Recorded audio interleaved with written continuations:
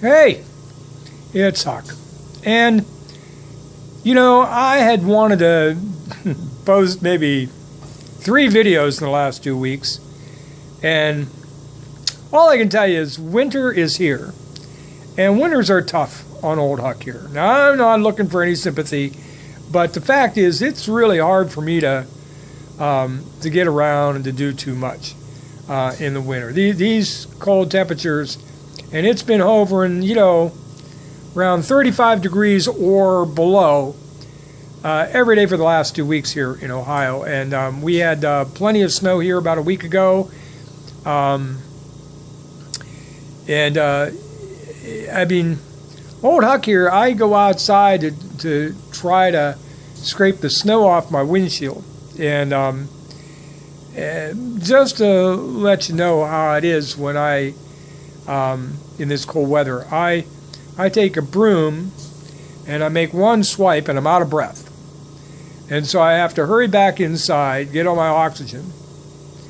And, you know, 4 or 5 minutes later, I'm caught my breath. I go out there and make another swipe.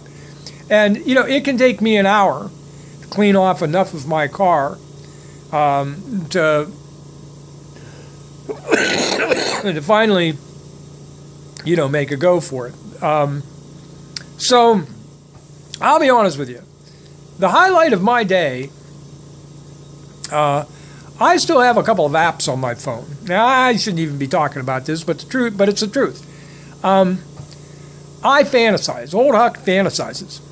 So I have a couple of apps on my phone that I have had on my phone ever since I went on that trip to England in August. And one is an app for Skyscanner, which is an app that helps you look for like plane tickets, low cost. And the other I think is TripAdvisor, you know, Expedia or something. And at any rate, so my fantasy is that I sit at home in this cold weather and I dream of what it would be like to go back to, you know, Las Vegas or, you know, or Miami or, you know, any place warm. And the truth is, now I use these apps so often. Not that I'm planning on going anywhere, mind you. I mean, again, it's a fantasy. But I do this so frequently, sometimes 2-3 times a day. You know, just let's see what it would cost to go to. When I have taken a trip, now I've taken 2 trips in the last 2 years, which is like the only 2 trips I've taken in the last 10 years. I went to Vegas 2 years ago, and last summer I went to, of all places, England, as you know. And I am still way behind trying to pay off that. I've had several things that have come up unexpectedly. I had to get a tooth pulled, $183. My brake pad was eating into my rotor, $226. I mean, it's always something. And so I haven't been able to pay down, you know, my debts as I would hope. But so again, I certainly cannot save up to go anywhere else anytime in the near future. But I fantasize, and I use these apps so frequently that now they send me these email alerts. You know, if I've checked to see, you know what it would cost to fly from, you know, Pittsburgh to, you know, Orlando or whatever, they send me an email alert every time the price goes down. So I got one of these alerts the other day, and I gotta say, this opened my eyes a little bit. I mean, typically there are 2 or 3 places where you can fly out of Pittsburgh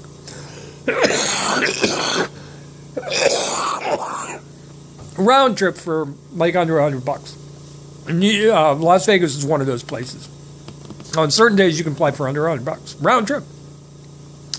And Orlando, which, like, you know, now I've never really been to Orlando, so, but at any rate, I guess it's another one of these things. Well, anyway, so I got this email alert the other day, $39. If you left, I think it was sometime in late January, like January 30th, and you stayed, I think it was 2 weeks in Orlando, you could get a flight for $39 round trip. $39 round trip. If you stayed for a week, for those people that can't afford to go 2 weeks, if you stayed for a week, if you left the 30th, and you came back on the 6th, I think the total price was about about $74, $75 round trip. Still, yeah, pretty reasonable price. The fact is that none of that matters because I couldn't afford, to spend 2 nights, at any hotel there, let alone all of the other things that you'd have to do, like eat while you're there, pay for transfers to your hotel or rent a car or whatever. I'm nowhere close to doing any of that. But I fantasize just to dream of being anywhere but this really cold weather that is not kind to old Huck here. So, that said, I have wanted to do several videos the last 2 weeks, and I apologize I haven't, done so. The first video I wanted to do, of course, was the phenomenal good news out of Alabama. Now, I know, a lot of people give Alabama and other red states a really bad rap. And I think I am pleased not only because, one, having Roy Moore in the Senate would have been an absolute disaster for the country, let alone Alabama. So, I mean, it's just a relief that didn't happen. But I think this is also, or it should, serve as inspiration to everyone. The knowledge that when we think of some of these red states, like Alabama, like South Carolina, like Texas or Oklahoma or Kansas or Louisiana, Mississippi, when we think of red states, it's real easy to label everybody in that state as some kind of a, redneck or, uninformed or you name the adjective. But it isn't true. Alabama's results are proof of that. First of all, I don't think, as polarized as we find ourselves in this country today, there are a whole lot of Republicans that crossed over and voted for Doug Jones. So when Doug Jones won that election, when the Democrat won that election, you can pretty much guarantee that by and large, those were all Democratic votes that turned out for him. Secondly, I know a lot of the credit, that, for good reason, went to that Cotton Belt. I think they referred to it, across mid-Alabama. The black vote turned out in big numbers. Despite all of the, voter suppression efforts, in Alabama and other red states, they got organized and they turned out.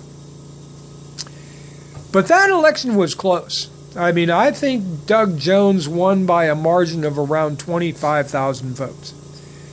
And frankly,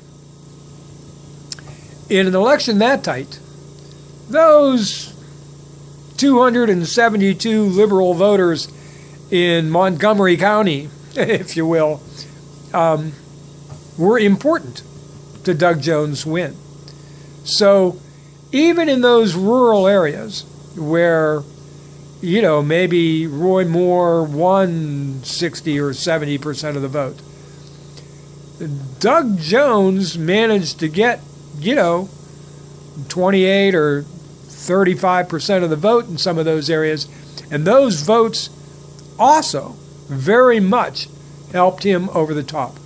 So I salute you, all of you who turned out to vote. And I think what this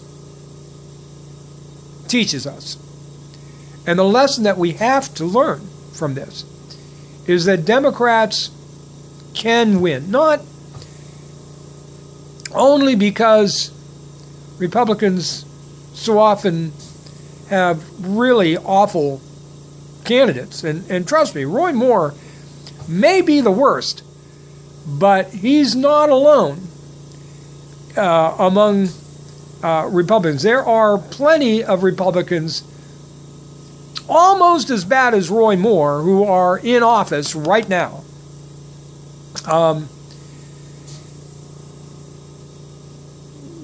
What I took away from that election is that if we field good candidates who know how to make a case, we surround them with funding, which is not often the case, and we put the strength of real organization, networking, groundwork behind them, which is rarely the case in red states, I think we can turn this thing around. And that's what I took from that race. It was a hugely important first step in winning back the Senate in a place that most people never suspected we had a chance. But the Republicans need to learn a lesson from this as well.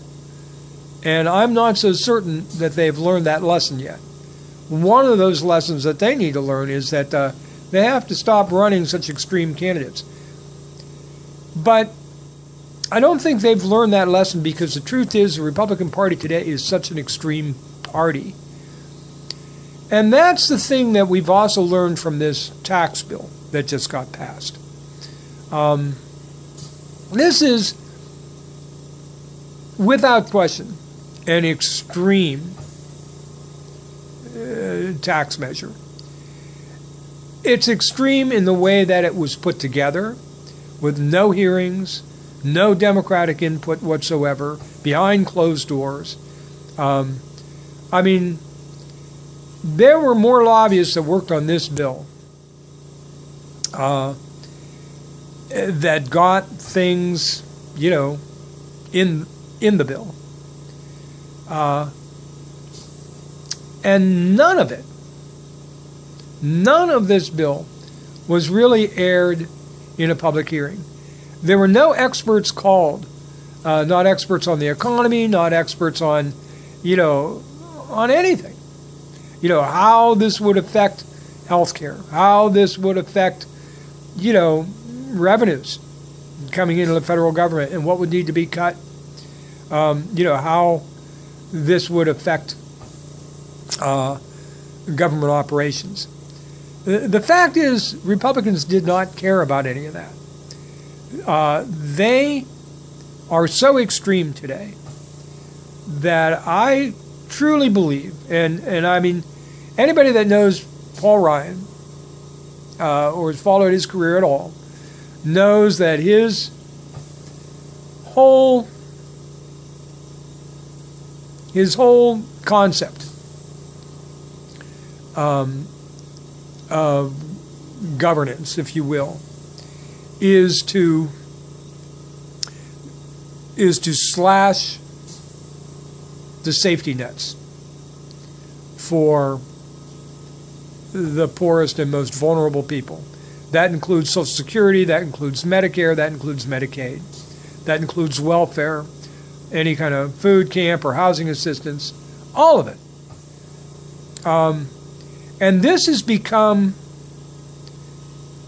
the conservative movement today. 25, 35 years ago, there were plenty of Republicans around who believed in a more moderate version of conservatism, who believed in giving a helping hand, if limited, to folks who had, reached their older years. Now you've got a party that, by and large, doesn't believe in these programs at all,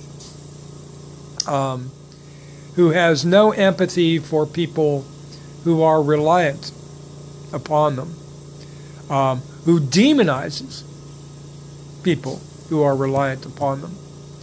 And this is a party now that not only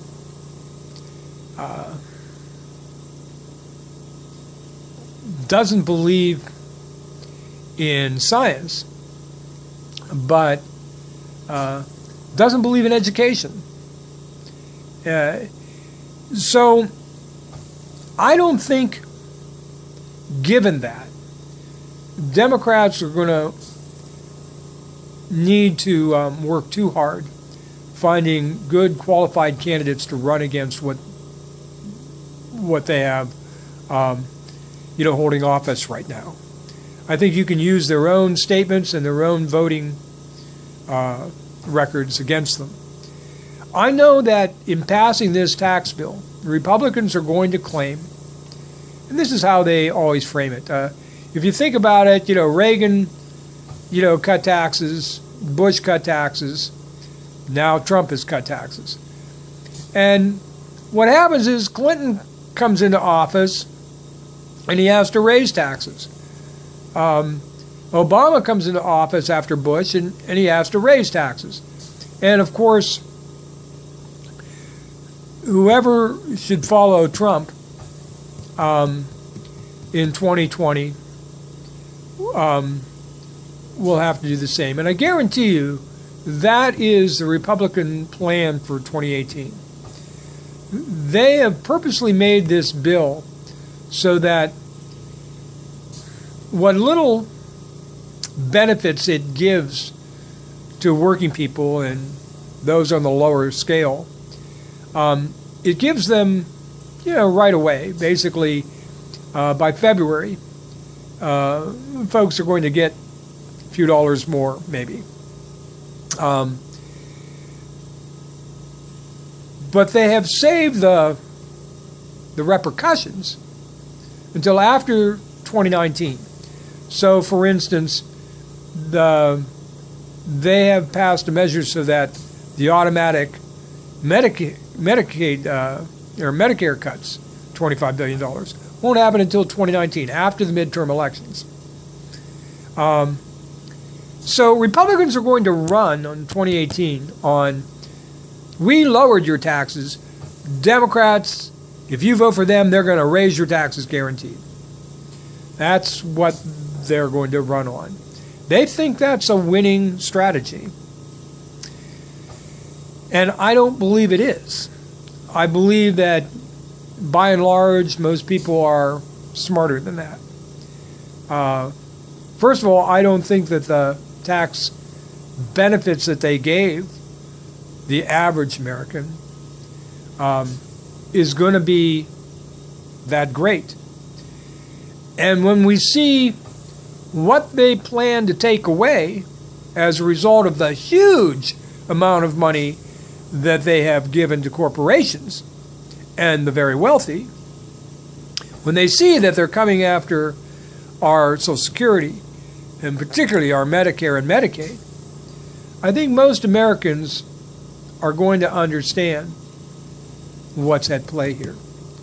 So I think, again, as long as we have good quality candidates who can articulate these things, that we support them financially, and as long as we do the necessary networking and groundwork. That's what was really stunning about the Alabama victory by Doug Jones, is that before that race, Democrats really didn't have the infrastructure in the state of Alabama, to turn out the vote, to knock on doors, to make the phone calls. This was all done, literally overnight, for this race. And it was done in part because a lot of money was pumped into that race, because we saw a possibility, I guess. But we need to do that in all 50 states, in every district. And I think we could really turn things around. At any rate, I want to end this video on an optimistic note, so I think I'll leave it right there. I usually try to put up something for Christmas. I haven't gotten around to doing anything with that yet. We'll see if I can. At any rate, I promise you, I will be back again real soon. Thanks for watching. Have a great holiday, everyone. If I don't see you by Christmas, I will see you shortly thereafter. Thanks.